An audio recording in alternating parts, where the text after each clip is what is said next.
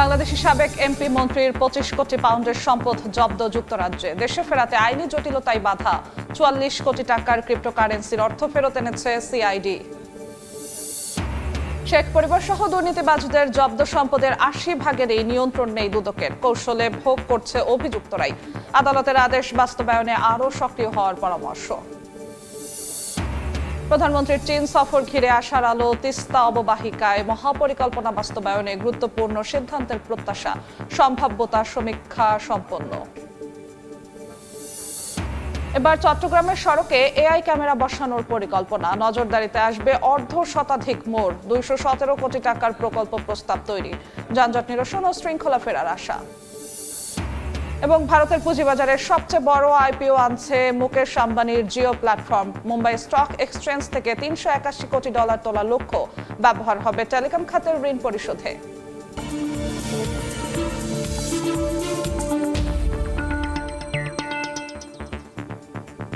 দেখছিলেন শিরোনাম। আমন্ত্রণ জানাচ্ছি দেশ ও দেশের বাইরের অর্থ বাণিজ্যের নানা খবর নিয়ে আমাদের নিয়মিত আয়োজন এ সময়ের বাণিজ্যে। আপনাদের সঙ্গে আছি আমি জিন্নাত আরা জকসোয়া।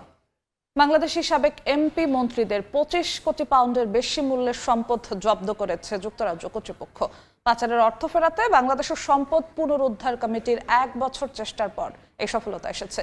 অন্যদিকে এফবিআই এর সহযোগিতায় 44 কোটি টাকা মূল্যের ক্রিপ্টোকারেন্সির অর্থ ফেরত এনেছে সিআইডি।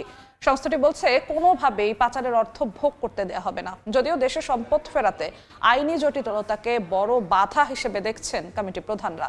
সেলিয়া সুলতানার রিপোর্ট। পাচার করা অর্থ অনুসরণ করতে গিয়ে যুক্তরাষ্ট্র, সিঙ্গাপুর, হংকং ও সাইপ্রাসে খোঁজা হচ্ছে সাবেক প্রধানমন্ত্রী শেখ হাসিনা ও তার পরিবারের অবৈধ সম্পদ। এছাড়া সাবেক এমপি ও বাণিজ্যিক লেনদেনের আড়ালে পাচার করা অর্থ ও সম্পদ খুঁজতে British Virginia island, Slovakia, Luxembourg, Thailand, Singapore, যুক্তরাজ্য, যুক্তরাষ্ট্র এবং সংযুক্ত আরব আমিরাতে এমএলআর পাঠিয়েছে পাচারকৃত সম্পদ পুনরুদ্ধার কমিটি। প্রায় 1 বছর পর শুধু যুক্তরাজ্যেই সাবেক ভূমিমন্ত্রী সাইফুজ্জামান ও সালমান এফ রহমানের ছেলে শায়ান ফজলুর রহমানের নামে 125 মিলিয়ন পাউন্ডের সম্পদ জব্দ করেছে বলে নিশ্চিত করেছে বাংলাদেশ ব্যাংক। এতে সহযোগিতা নেওয়া হচ্ছে বিদেশি আইনি সংস্থার। এই ধরনের একটা প্রতিষ্ঠান যুক্তরাজ্যে 250 মিলিয়ন পাউন্ডের একটা অ্যাসেটকে আইডেন্টিফাই করতে পেরেছে এবং আইডেন্টিফিকেশনের পর সেটাকে তারা ফ্রিজ করে রেখেছে। আমরা অবশ্যই তাদের কাউকে ছাড় দিব না ইনশাল্লাহ। আমরা আইনগতভাবে সাক্ষ্য প্রমাণ সংগ্রহ করে সেটার ভিত্তিতে আমরা ব্যবস্থা নিচ্ছি। পাচারকৃত সম্পদ পুনরুদ্ধার কমিটির অন্যতম সদস্য সংস্থা সিআইডির তথ্যমতে 1 বছর সময়ের মধ্যে অবৈধ সম্পদ ক্রিপ্টোকারেন্সির মাধ্যমেও পাচারের চেষ্টা ছিল, যেখানে 44 কোটি টাকার বেশি সমমূল্যের ক্রিপ্টোকারেন্সির অর্থ ফিরিয়ে আনা হয়েছে এফবিআই এর সহযোগিতায়। এছাড়া বাণিজ্যের আড়ালে পাচারের উদ্দেশ্যে হংকং, যুক্তরাষ্ট্র ও সংযুক্ত আরব আমিরাত থেকে 9 কোটি 21 লাখ মার্কিন ডলার ফেরত আনা হয়েছে। তবে বৈশ্বিক আইনের সঙ্গে দেশের আইনের অসামঞ্জস্যতাকে অন্যতম বাধা মনে করে সিআইডি। মিউচুয়াল লিগ্যাল অ্যাসিস্ট্যান্ট এটা আমাদের জোরদার করা লাগবে। এই অংশটুকুতে আমরা পর্যাপ্ত সহায়তা পেলে এবং আমাদের অংশীজন যারা আছেন কাউন্টার পার্ট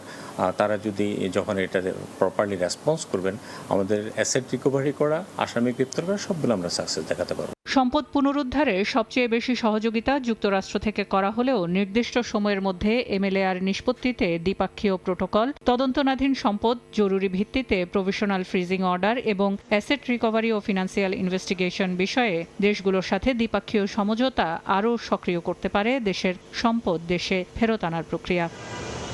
সেলিয়া সুলতানা, সময় সংবাদ, ঢাকা। এদিকে দুর্নীতির অভিযোগে শেখ হাসিনা পরিবারের সদস্য সহ বিভিন্ন ব্যক্তির জব্দ সম্পদ এখনো পুরোপুরি নিয়ন্ত্রণে নিতে পারেনি দুদক। 2025 সালে দেশে বিদেশে প্রায় 40,000 কোটি টাকার সম্পদ জব্দের আদেশ পেলেও 80% স্থাবর সম্পদে রিসিভার নিয়োগ দিতে পারেনি সংস্থাটি। ফলে নানা কৌশলে সেই সম্পদের সুবিধা ভোগ করছেন অভিযুক্তরাই। বিশেষজ্ঞরা মনে করেন আদালতের আদেশ বাস্তবায়নে দুদককে আরও সক্রিয় হতে হবে। তাসলিম তৌহিদের প্রতিবেদনে বিস্তারিত। গুলশান 2-এর 71 নম্বর রোডের এই ভবনের একটি ফ্ল্যাটের মালিক ব্রিটিশ এমপি টিউলিপ সিদ্দিক। 2025 সালে আদালত এটি জব্দের আদেশ দিলেও এখনও সেখানে রিসিভার নিয়োগ করতে পারেনি দুদক। 2025 সালের 11 মার্চ এই ভবনে থাকা টিউলিপ সিদ্দিকের ফ্ল্যাট জব্দের আদেশ দিয়েছিল আদালত, কিন্তু 1 বছরেও সেই ফ্ল্যাটটি জব্দ করতে পারেনি দুর্নীতি দমন কমিশন দুদক।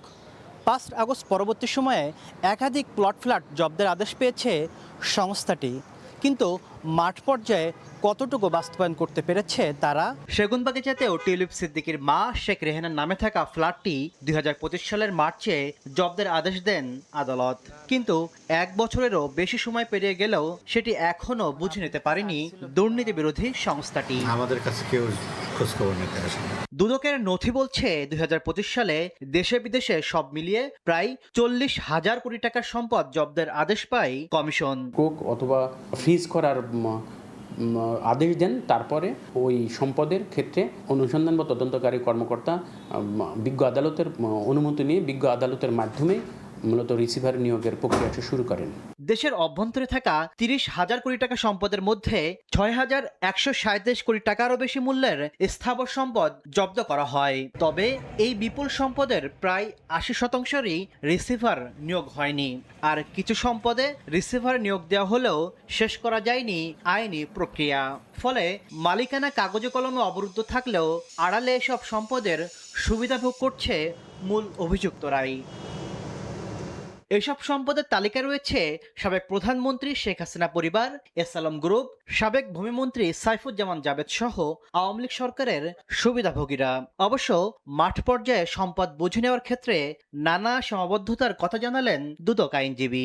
একমাত্র প্রধান কারণ হচ্ছে আমাদের ইন্ডিকেশনের লোকবলের অভাব, আর তাছাড়া ইন্ডিকেশন মামলার ক্ষেত্রে আয়ুদের অন্যান্য মামলার ক্ষেত্রে একটু পার্থক্য আছে, কারণ আমাদের একটা ঘটনা এদের ইনভেস্টিগেশন করার জন্য বিভিন্ন বিষয়ে যেতে হয়, ডকুমেন্ট কালেক্ট করতে হয়, সাব রেজিস্ট্রিতে যেতে হয়, ব্যাংকে যেতে হয়, এদের প্রচুর সময় প্রয়োজন হয়, এদের সময় নষ্ট হয়।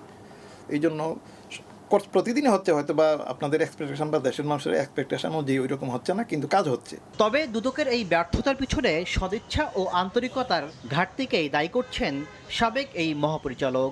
সম্পদ হয় আয়যোগ্য, তাহলে সেই আয়টাও রিসিভারের কাছে আসবে। এই কাজটাও দুদকের করার কথা।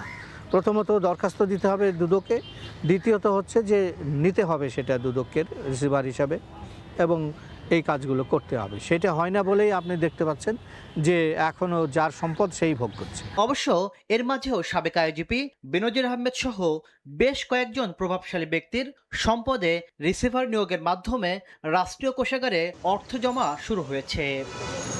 তাসলিম তৌহিদ, সময় সংবাদ, ঢাকা।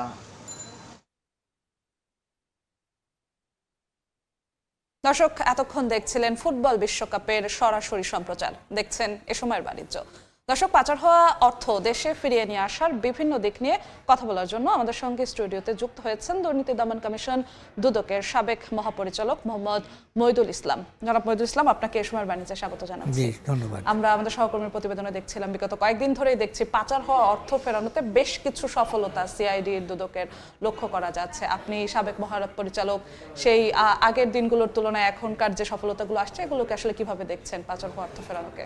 না, আগের দিনের সফলতা তেমন পাচার হওয়া অর্থ তেমন ফেরত আসেনি। 1/11-এর সময়ে অল্প কিছু এসছিল, তারপরে দীর্ঘ যে সময়টা গেছে বিগত সরকারের সময়টা, তাতে পাচার হওয়া অর্থ মোটেও ফেরত আসেনি। সেই দিক থেকে এখন যেটি দেখা যাচ্ছে যে কিছু হয়তো ক্যাসিনোর অর্থ টর্থ এইগুলো সামান্য কিছু ফেরত এসছে, কিন্তু বেশিরভাগ অর্থই ফেরত আসেনি। যেগুলো আপনার বড় বড় অর্থ পাচার হয়েছে, সেইগুলোর অনুসন্ধান এখানে চলমান আছে। হয়তো দুদক কিছু করছে, সিআইডি কিছু করছে, এর ভিতরে হয়তো কিছু আপনার ক্রোক বা ফ্রিজের আদেশ আছে, সেইগুলো সেই সমস্ত দেশগুলোতে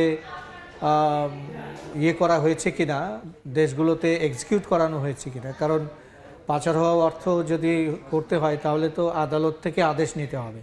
আদালতের আদেশ ছাড়া বাইরের দেশে কোনো পাত্তা দেবে না। তাহলে আদালতের আদেশে নিয়ে সেটা আবার একটা মিউচুয়াল লিগ্যাল অ্যাসিস্ট্যান্ট রিকোয়েস্ট বলে, সেই রিকোয়েস্টটা পাঠাতে হয় সেই দেশে। সেই দেশে পাঠালেই তো হবে না, সেই দেশে ওটাকে কার্যকর করবার একটা উদ্যোগ নিতে হয়। সেটা আমাদের এখান থেকে নেওয়ার কথা আর কি, যে হয়তো দুদক বা সিআইডি যারাই এই অনুসন্ধান করছে তারা আদালত থেকে আদেশ নিয়ে তারপরে সরকারের স্বরাষ্ট্র মন্ত্রণালয়ে দেবে। স্বরাষ্ট্র মন্ত্রণালয় আবার এইটাকে তার যে দেশের পাঠাবে সেই দেশের যে ভাষা, সেই ভাষায় অনুবাদ করে কনভিন্সিং কিছু আপনার ডকুমেন্ট বা তথ্য প্রমাণ এইগুলো দিয়ে তারপরে ওখানে পাঠাতে হয়। এবং তারপরে একটু পার্সু না করলে ওইগুলো এক্সিকিউট হয় না। তো এইটা হচ্ছে সাময়িক একটা ব্যবস্থা, যে বিচার যতদিন না হচ্ছে ততদিন পর্যন্ত ক্রোক ফ্রিজ করে এটা আটকে রাখা, যাতে করে যারা অপরাধী তারা যেন এই সম্পদ হস্তান্তর করতে না পারে। কিন্তু চূড়ান্তভাবে বাজেয়াপ্ত করে ফেরত আনতে গেলে আদালতের রায় লাগবে, শাস্তি লাগবে, যে ওই আসামি এই মামলায় দোষী সাব্যস্ত হয়েছে এবং তার এই সম্পদগুলো আদালত থেকে আদালত বাজেয়াপ্ত করবে রাষ্ট্রের অনুকূলে। তারপরে রাষ্ট্র সেইটা ফেরত আনবার জন্য উদ্যোগ নেবে। সবচেয়ে বড় চ্যালেঞ্জগুলো কি কি সব ক্ষেত্রে? বড় চ্যালেঞ্জ তো ওইটাই, যে প্রথমত আমাদের দেশের চ্যালেঞ্জ একটা, যে বিচার দ্রুত করা। যদি এই সম্পদ তো ক্রোক বা ফ্রিজ করে রাখা হয়েছে সাময়িক সময়ের জন্য, মানে যতদিন বিচার না হয় ততদিনের জন্য, কিন্তু বিচার করাটাই তো আমাদের এখানে চ্যালেঞ্জ। যেহেতু হচ্ছে যে আপনার আমাদের বিচারের যে গতি, সেই গতির কথা বিবেচনা করেই আমি বলছি যে অনেক অনেক সময় লেগে যায়। এত সময় লাগলে তো এইটা একটা চ্যালেঞ্জ। সেই চ্যালেঞ্জকে মোকাবেলা করতে হলে বিচারকে দ্রুত করতে হবে।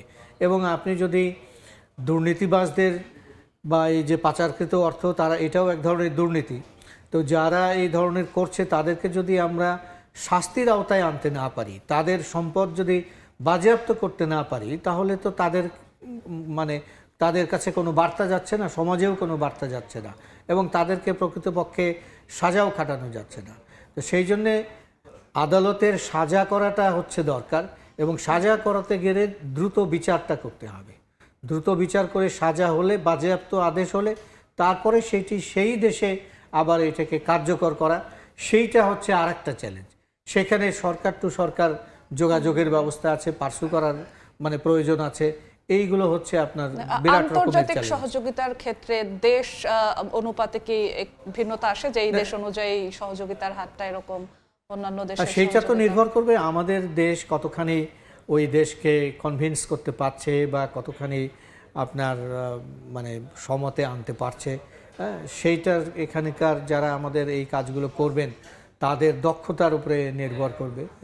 সাথে কিছু যেটি বলছিলাম, যে তাদেরকে কনভিন্স করার মতন যে আপনার তথ্য প্রমাণ, আদালতের রায়, সেগুলোও যাতে তাদেরকে সন্তুষ্ট করতে পারে, কনভিন্সিং হয়, সেইগুলো করা।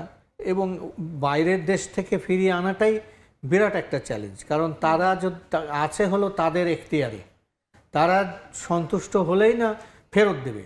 এখন আমি বলছি যে আমার দেশের আসামি, আমার মামলায় আমার দেশের আইনের আসামি, এখন ওরা আবার দেখবে যে ওইটা আবার তাদের ওখানে অপরাধ হয় কি না হয়, সেগুলো আবার অনেক সময় দেখবার বিষয় আছে। কাজেই চ্যালেঞ্জ তো পরবর্তীতে অপেক্ষা করছে। প্রথম চ্যালেঞ্জ হচ্ছে বিচার করে সমাপ্ত করা, বিচারটা একদম চূড়ান্ত পর্যায়ে শেষ করা। আমাদের যতগুলো ধাপ আছে, আপনার হাইকোর্ট, আপিল বিভাগ ইত্যাদি, এই সমস্ত যদি থাকে তাহলে সেইগুলো সমাপ্ত করার পরে তারপরে বাইরের দেশের সঙ্গে নেগোসিয়েশন করা, সেইটা হচ্ছে সবচেয়ে বড় চ্যালেঞ্জ। সেক্ষেত্রে বর্তমানে যতগুলো কেস আছে, দুদকের অগ্রগতি কিভাবে দেখছেন, বা আমাদের দেশের যে আপনি বললেন আইনি জটিলতা কোনো চোখে পড়ছে কিনা?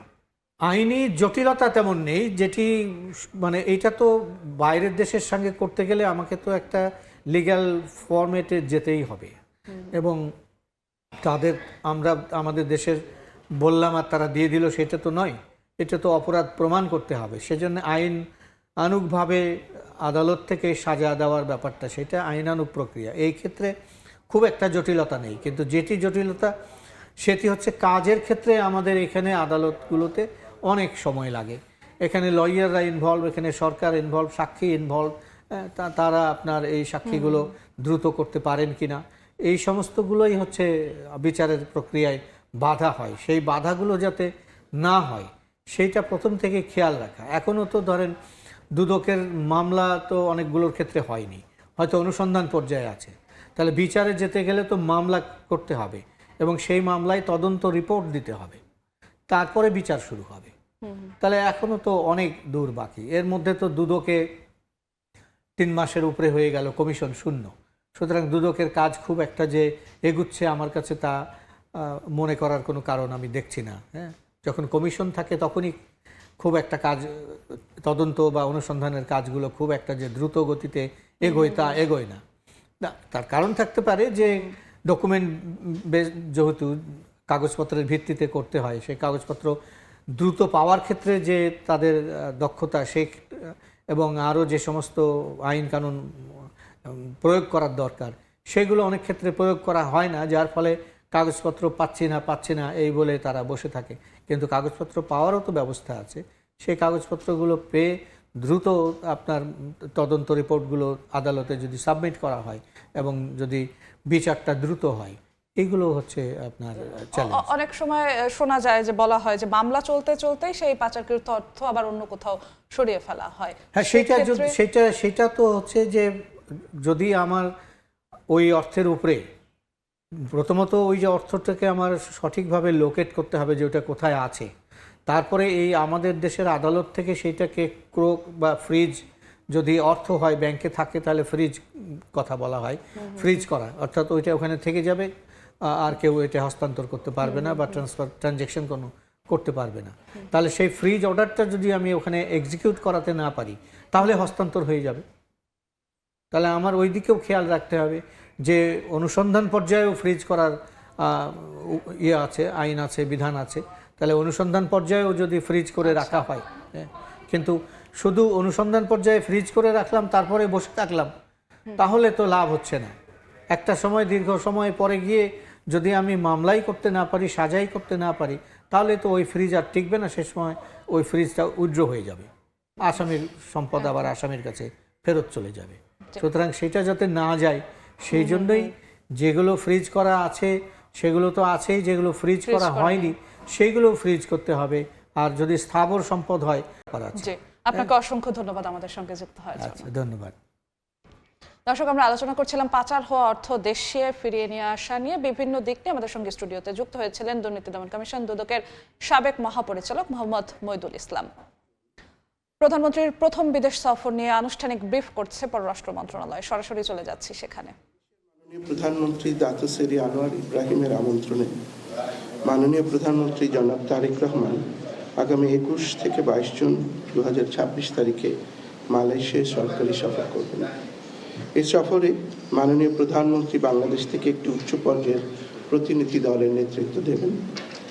ওই প্রতিনিধি দলে মাননীয় পররাষ্ট্রমন্ত্রী, মাননীয় প্রধানমন্ত্রীর পররাষ্ট্র বিষয়ক মাননীয় উপদেষ্টা, প্রবাসী কল্যাণ ও বৈদেশিক কর্মসংস্থান বিষয়ক মন্ত্রী, তথ্য ও সম্প্রচার বিষয়ক মন্ত্রী সহ ঊর্ধ্বতন সরকারি কর্মকর্তা অন্তর্ভুক্ত হবেন।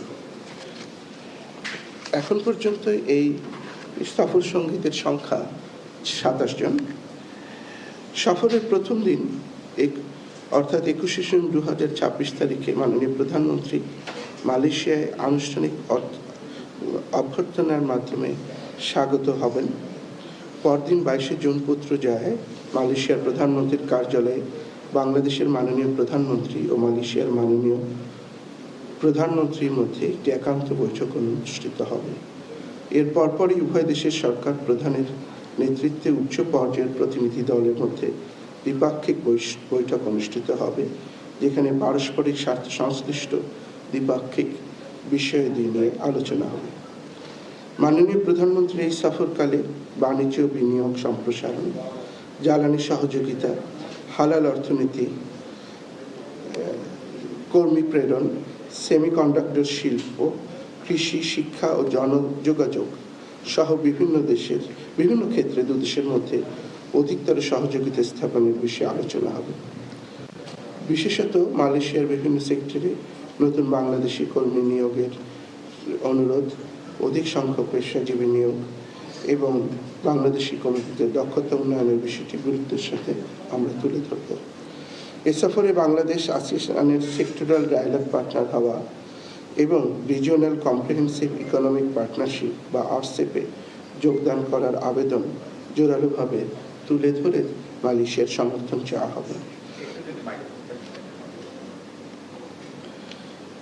এছাড়া বলপূর্বক বাস্তুচ্যুত মিয়ানমারের নাগরিক রোহিঙ্গাদের প্রত্যাবাসনে মালয়েশিয়া সহ আসিয়ান সদস্য রাষ্ট্রসমূহকে অধিকতর সক্রিয় ও কার্যকর ভূমিকা রাখার জন্য আমরা জোরালো অনুরোধ করব।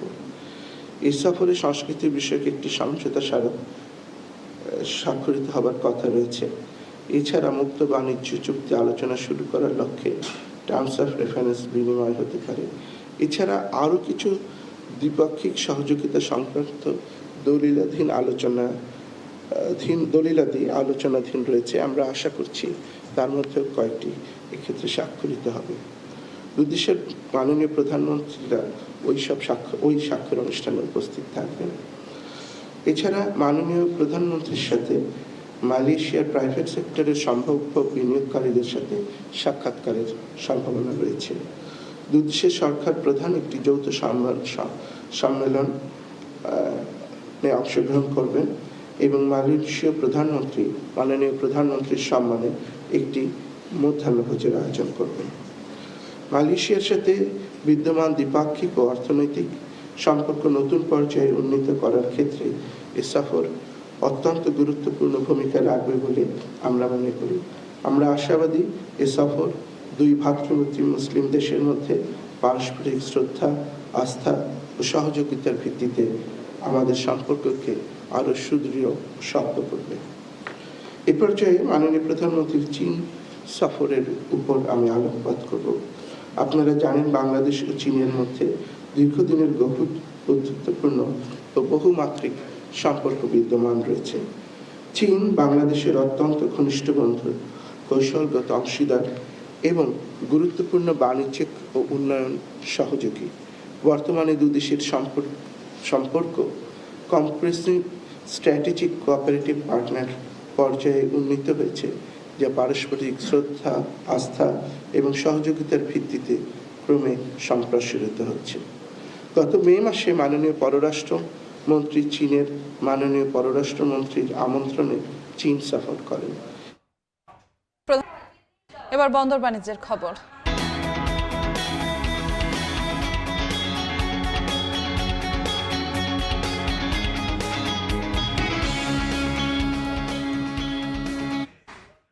সৌদি আরব ভিত্তিক প্রতিষ্ঠান রেড সি গেটওয়ে পরিচালিত পতেঙ্গা কন্টেইনার টার্মিনালে নিয়ে আসা হয়েছে প্রায় ৩০০ কোটি টাকা মূল্যের 4টি গ্যান্টিকের ক্রেন। এ বিষয়ে বিস্তারিত জানাতে এই মুহূর্তে সেখানে আছেন সহকর্মী কমল দে। সরাসরি যাচ্ছি তার কাছে। কমল, প্রায় ৩৭০ কোটি টাকা দামে 4টি গ্যান্টিকেন গতকালই চীন থেকে নিয়ে আসা হয়েছে। সেগুলো স্থাপন করা হচ্ছে সৌদি আরব ভিত্তিক প্রতিষ্ঠান রেড সি গেটওয়ে টার্মিনাল, যে তাদের যে পতেঙ্গা কন্টেইনার পরিচালনা করছেন সেখানে স্থাপন করা হচ্ছে। আমরা একটু কথা বলবো। আজকে আমাদের সাথে কথা বলার যোগ দিয়েছেন রেড সি গেটওয়ের কমার্শিয়াল হেড সৈয়দ আরেফ সারওয়ার। আপনার কাছে জানতে চাইবো আসলে আজকে এই পতেঙ্গা কন্টেইনার টার্মিনালে যে গ্যান্টিকগুলো স্থাপন হচ্ছে সেটা দিয়ে মূলত কী কাজ হচ্ছে, সেগুলো কোত্থেকে আনা হচ্ছে, এতে বাণিজ্যের কী উপকারটা হবে? এগুলো বেসিক্যালি আমাদের কন্ট্রাকচুয়াল এগ্রিমেন্টের একটা কন্ডিশন ছিল যে আমাদের ফার্স্ট ফেজ যেটা 2 বছর দেওয়া হয়েছিল, এই 2 বছরের মাঝখানে সমস্ত ইকুইপমেন্টস, প্রসেস, তারপর ম্যান পাওয়ার, টেকনোলজি সব সেট আপের জন্য। তো সেটারই শেষ ধাপ আমি বলবো, বিশেষ করে ইকুইপমেন্টের দিক থেকে, যে আমাদের এই ফাইনাল ফেজ 4টা গ্যান্টি ক্রেন আসছে। এগুলো আসছে চীন থেকে আনা হয়েছে। এবং এই গ্যান্টি ক্রেনগুলোর সবচেয়ে ভালো দিক হচ্ছে যে এগুলো আগে যেমন আমাদের শিপ ক্রেন দিয়ে কাজ করা হতো, এখন গ্যান্টি ক্রেন দিয়ে কাজ করা হবে এবং সেটার পারফরমেন্স আগের চেয়ে অনেক বেড়ে যাবে। ভেসেলের টার্ন অ্যারাউন্ড আমরা আশা করতেছি আরও প্রায় 30 থেকে 40% টাইম কমে যাবে এবং সেফটি ওয়াইজ, তারপর পারফরমেন্স ওয়াইজ সব কিছুই অনেক অংশেই বেড়ে যাবে এটার। চট্টগ্রাম বন্দরে প্রথম সরাসরি বিদেশি বিনিয়োগকারী প্রতিষ্ঠান কিন্তু আপনারা। এখন পর্যন্ত প্রায় 2 বছর পেরিয়ে আসলেন, বিনিয়োগটা কেমন হলো, কেমন উঠে আসছে, আপনাদের কাজের অগ্রগতিটা কেমন? আপনারা যদি দেখেন, লক্ষ্য করে থাকেন যে আমাদের এই 2 বছর সময়ের মাঝখানে আমাদের $170 মিলিয়ন ইনভেস্ট করা হয়েছে। শুধু আমরা ইকুইপমেন্ট কিংবা পারফরমেন্স দিয়ে থেমে নেই, আমরা চাচ্ছি আসলে বাংলাদেশে একটা রোল মডেল ক্রিয়েট করার জন্য, যেন সবাই ইন্টারন্যাশনালি যারা আসে এখানে তারা চিন্তা করতে পারে এটা একটা গ্লোবাল পোর্টের একটা মডেল। তো সেই দিক দিয়ে চিন্তা করে আমরা শুধু ইকুইপমেন্ট না, প্রসেস, সিস্টেম, সেফটি, পারফরমেন্স সব দিক থেকেই আমরা এটাকে একটা উন্নতির উৎকর্ষে নিয়ে যেতে যাচ্ছি বাংলাদেশকে। আর এসজেটির মাধ্যমে চট্টগ্রাম বন্দর বা বাংলাদেশের অর্থনীতি কতটা এগিয়ে যেতে পারবে বলে আপনি আশা করছেন?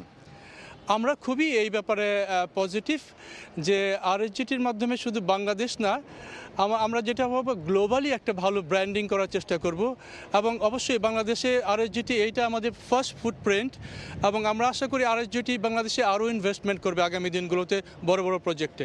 ধন্যবাদ। আমরা কথা বলছিলাম সৌদি আরব ভিত্তিক প্রতিষ্ঠান আরএসজেটির head of commercial Syed Aref সাইফারের সাথে। তিনি আমাদেরকে বলছিলেন শুধুমাত্র আরএসজেটি যেতে পারে, কারণ এটি হচ্ছে বাংলাদেশ বা চট্টগ্রাম বন্দরে সরাসরি বিদেশি বিনিয়োগ। এখন তারা প্রায় 370 কোটি টাকা দামে 4টি গ্যান্ট্রি কিনে এনেছে চীন থেকে, যেগুলো স্থাপন করা হচ্ছে। ইতিমধ্যে তারা প্রতি বছর প্রায় 2.5 লাখ কন্টেনার হ্যান্ডেলিং করছে, তবে তাদের লক্ষ্যমাত্রা রয়েছে তারা বছরে 5 লাখ কন্টেনার হ্যান্ডেলিং করতে চায় এই আরএসজেটির মাধ্যমে এবং এই পিসিটির মাধ্যমে। এবং যে বিদেশি বিনিয়োগকারীর যে চট্টগ্রাম বন্দরে আগ্রহ হচ্ছে সেটির একটি প্রথম ধাপ ছিল কিন্তু এই আরএসজেটির মাধ্যমে। তাই আমার কাছে এখন পর্যন্ত এ ছিল চট্টগ্রাম বন্দরে পার্শ্ববর্তী যে পতেঙ্গা কন্টেনার টার্মিনাল, যেখানে সৌদি আরব ভিত্তিক প্রতিষ্ঠান আরএসজেটি বিনিয়োগ করেছে প্রায় 370 কোটি টাকা বিনিয়োগ করে তারা যন্ত্রপাতি এনেছে, সেগুলো স্থাপনের কাজ চলছে তার সর্বশেষ। চট্টগ্রাম থেকে সরাসরি যুক্ত হয়েছিলেন সহকর্মী কমল দে। দেখছেন এ সময়ের বাণিজ্য। ঢাকায় সফলতার পর এবার চট্টগ্রামের সড়কে এআই প্রযুক্তি নির্ভর স্মার্ট ট্রাফিক সিস্টেম বসানোর পরিকল্পনা নিয়েছে সিটি কর্পোরেশন। এরই মধ্যে তৈরি হয়েছে 217 কোটি টাকার উন্নয়ন প্রকল্প প্রস্তাব। এর আওতায় নগরীর 53 মোড়ে বসানো হবে এআই ক্যামেরা। ট্রাফিক আইন লঙ্ঘন করলে এই ক্যামেরায় তা ধারণ করে তাৎক্ষণিকভাবে তথ্য পাঠাবে পর্যবেক্ষণ কেন্দ্রে, সঙ্গে সঙ্গেই জরিমানা। প্রযুক্তি নির্ভর এই স্মার্ট ট্রাফিক সিস্টেমকে বলা হয় আর্টিফিশিয়াল ইন্টেলিজেন্স বা এআই। উন্নত বিশ্ব ব্যবস্থার এই যুগে এসেও চট্টগ্রামের ট্রাফিক সিস্টেম চলছে ম্যানুয়ালি বা হাতের ইশারায়। তবে সম্প্রতি রাজধানীর কিছু সড়কে স্বয়ংক্রিয় এআই পদ্ধতিতে সফলতার পর এবার একই সিস্টেম চালুর পরিকল্পনা নিচ্ছে চট্টগ্রাম সিটি কর্পোরেশন। 217 কোটি টাকার প্রকল্পে প্রাথমিকভাবে ডিপিপিও প্রস্তুত করা হয়েছে। আমাদের এটা ছিল একটা খসড়া ডিপিপি, ফাইনাল ডিপিপি আমরা রেডি করে সেটা সাবমিট করব। প্রকল্পের আওতায় 5টি জোনে বিভক্ত করে শহরের গুরুত্বপূর্ণ 53টি মোড় বা ইন্টারসেকশনে বসানো হবে এই স্মার্ট ট্রাফিক সিগন্যাল। ট্রাফিকের থেকে অটোমেটিক যে সিগন্যালটা এটা ভালো, অটোমেটিক যেহেতু মামলা চলে আসবে আর হয়রানি হবে না। ট্রাফিক পুলিশ ও বিআরটিআই এর সঙ্গে সমন্বয় করে করা হচ্ছে প্রকল্পটি। দ্রুততর সময়ের মধ্যে চেষ্টা করছি কিছু গুরুত্বপূর্ণ পয়েন্ট সিলেক্ট করে সেখানে এই কার্যক্রম শুরু করতে। আগামী 2 মাস পর পরীক্ষামূলকভাবে নগরীর বেশ কয়েকটি মোড়ে প্রাথমিকভাবে এআই ট্রাফিক সিস্টেম চালুর কথাও বলছে সিটি কর্পোরেশন ও পুলিশ কমিশনার। শফিকুল আলম, সময় সংবাদ, চট্টগ্রাম।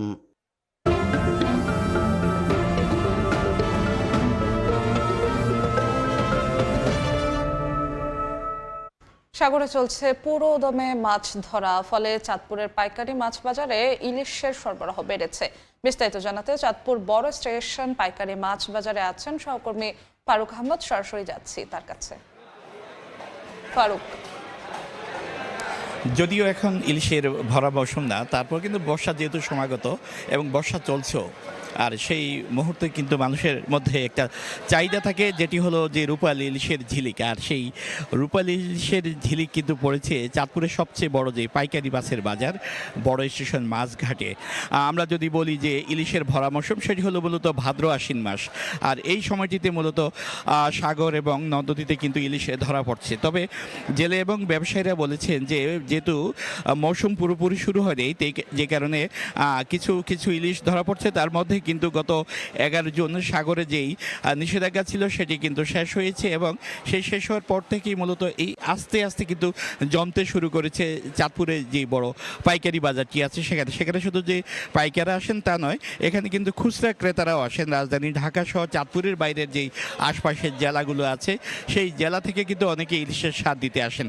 তবে আমরা যদি বলি যে গত সপ্তাহ চাইতে কিন্তু এবারে আমরা যদি বলি আজকে কিন্তু ইলিশের দাম কিছুটা হলেও কমেছে, এটি একটি স্বস্তির কথা।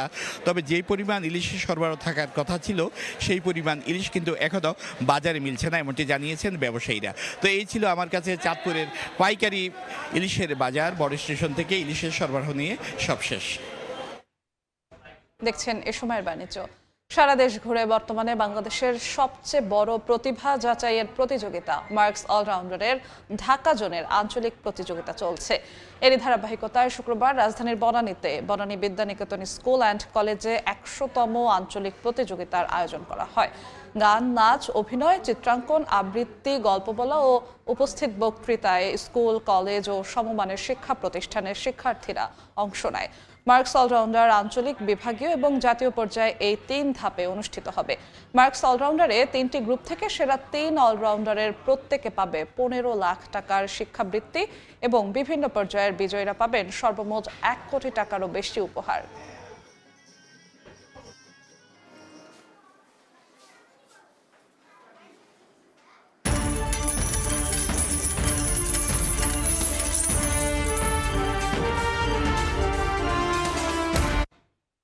বিশ্ববাজারে কমেছে সয়াবিন বীজ ও ক্যানোলার দর, তবে ঊর্ধ্বমুখী সূর্যমুখী আর পাম তেলের দাম। প্রত্যাশার চেয়ে কমেছে মার্কিন পণ্য রপ্তানির পরিমাণ। একই সঙ্গে বিশ্ববাজারে জ্বালানি তেলের দর পতনের ফলে নিম্নমুখী ভোজ্য তেলের বাজার। দ্য ট্রেডিং ইকোনমিক্সের তথ্য, মাস ব্যবধানে 7.17% কমেছে সয়াবিন বীজের দাম।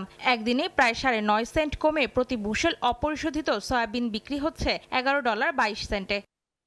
নিম্নমুখী ক্যানোলার দামও এক মাসে 2.23% কমে প্রতি মেট্রিক টন ক্যানোলা বিক্রি হচ্ছে $517.56। এদিকে গেল এক বছরে বিশ্ববাজারে সূর্যমুখী তেলের দাম বেড়েছে 25% বেশি। মাস ব্যবধানে প্রায় 1% বেড়ে শনিবার প্রতি টন এই তেল বিক্রি হয়েছে $1669.24। শক্তিশালী এল নিনোর প্রভাবে উৎপাদন কমার আশঙ্কায় ঊর্ধ্বমুখী পাম তেলের দাম এক মাসে 1.37% বেড়ে শনিবার প্রতি টন পাম তেল বিক্রি হয়েছে $1122.77। অন্তরাসেন, সময় সংবাদ। ভারতের পুঁজিবাজারে ইতিহাসের সবচেয়ে বড় আইপিও নিয়ে আসছে মুকেশ আম্বানির জিও প্ল্যাটফর্ম। মুম্বাই স্টক এক্সচেঞ্জে তালিকাভুক্তির মাধ্যমে $381 কোটি তোলার লক্ষ্য তাদের। এই অর্থ মূলত টেলিকম খাতের ঋণ পরিশোধে ব্যবহার করা হবে। ভারতের পুঁজিবাজারে ইতিহাস গড়তে যাচ্ছে শীর্ষ ধনী মুকেশ আম্বানির রিলায়েন্স জিও প্ল্যাটফর্মস। মুম্বাই শেয়ার বাজারে আইপিও বা প্রাথমিক গণপ্রস্তাবের জন্য চূড়ান্ত আবেদন করেছে প্রতিষ্ঠানটি। এই আইপিওর লক্ষ্য প্রায় $381 কোটি বাজার থেকে তোলা। ভারতের ইতিহাসে এটিই হতে যাচ্ছে সবচেয়ে বড় পাবলিক লিস্টিং। বিশ্বের দ্বিতীয় বৃহত্তম এই টেলিকম অপারেটরে আগে থেকেই বিনিয়োগ রয়েছে মেটা ও গুগলের মতো বৈশ্বিক জায়ান্টদের। নতুন এই আইপিওর পর জিও প্ল্যাটফর্মসের বাজার মূল্য দাঁড়াবে প্রায় $131 বিলিয়ন। বাজার থেকে সংগৃহীত এই বিপুল অর্থ মূলত ব্যবহার করা হবে জিওর টেলিকম ব্যবসায় ঋণ পরিশোধে। তবে শুধু টেলিকম নয়, কৃত্রিম বুদ্ধিমত্তা, ক্লাউড এবং এন্টারপ্রাইজ নেটওয়ার্কেও বড় শক্তি জিও। ভূ রাজনৈতিক উত্তেজনায় বিশ্ববাজারে যখন অস্থিরতা, ঠিক তখনই ভারতের পুঁজিবাজারের জন্য বড় পরীক্ষা হতে যাচ্ছে জিওর এই মেগা আইপিও। রয়টার্স জানিয়েছে, লিস্টিং প্রক্রিয়া চূড়ান্ত হওয়ার আগে এই আর্থিক অঙ্কে কিছুটা পরিবর্তন আসতে পারে, যদিও রিলায়েন্সের পক্ষ থেকে এখনো আনুষ্ঠানিক বক্তব্য মেলেনি। অন্তরাসেন, সময় সংবাদ। এ পর্যায়ে শীর্ষ সংবাদগুলো জানিয়ে দিচ্ছি আরেকবার। বাংলাদেশের সাবেক এমপি মন্ত্রীর 25 কোটি পাউন্ডের সম্পদ জব্দ যুক্তরাজ্যে। দেশে ফেরাতে আইনি জটিলতাই বাধা। 44 কোটি টাকার ক্রিপ্টোকারেন্সির অর্থ ফেরত এনেছে সিআইডি। শেখ পরিবার সহ দুর্নীতিবাজদের জব্দ সম্পদের 80% নিয়ন্ত্রণ নেই দুদকের। কৌশলে ভোগ করছে অভিযুক্তরাই। আদালতের আদেশ বাস্তবায়নে আরও সক্রিয় হওয়ার পরামর্শ। প্রধানমন্ত্রীর চীন সফর ঘিরে আশার আলো তিস্তা অববাহিকায়। মহাপরিকল্পনা বাস্তবায়নে গুরুত্বপূর্ণ সিদ্ধান্তের প্রত্যাশা। সম্ভাব্যতা সমীক্ষা সম্পন্ন।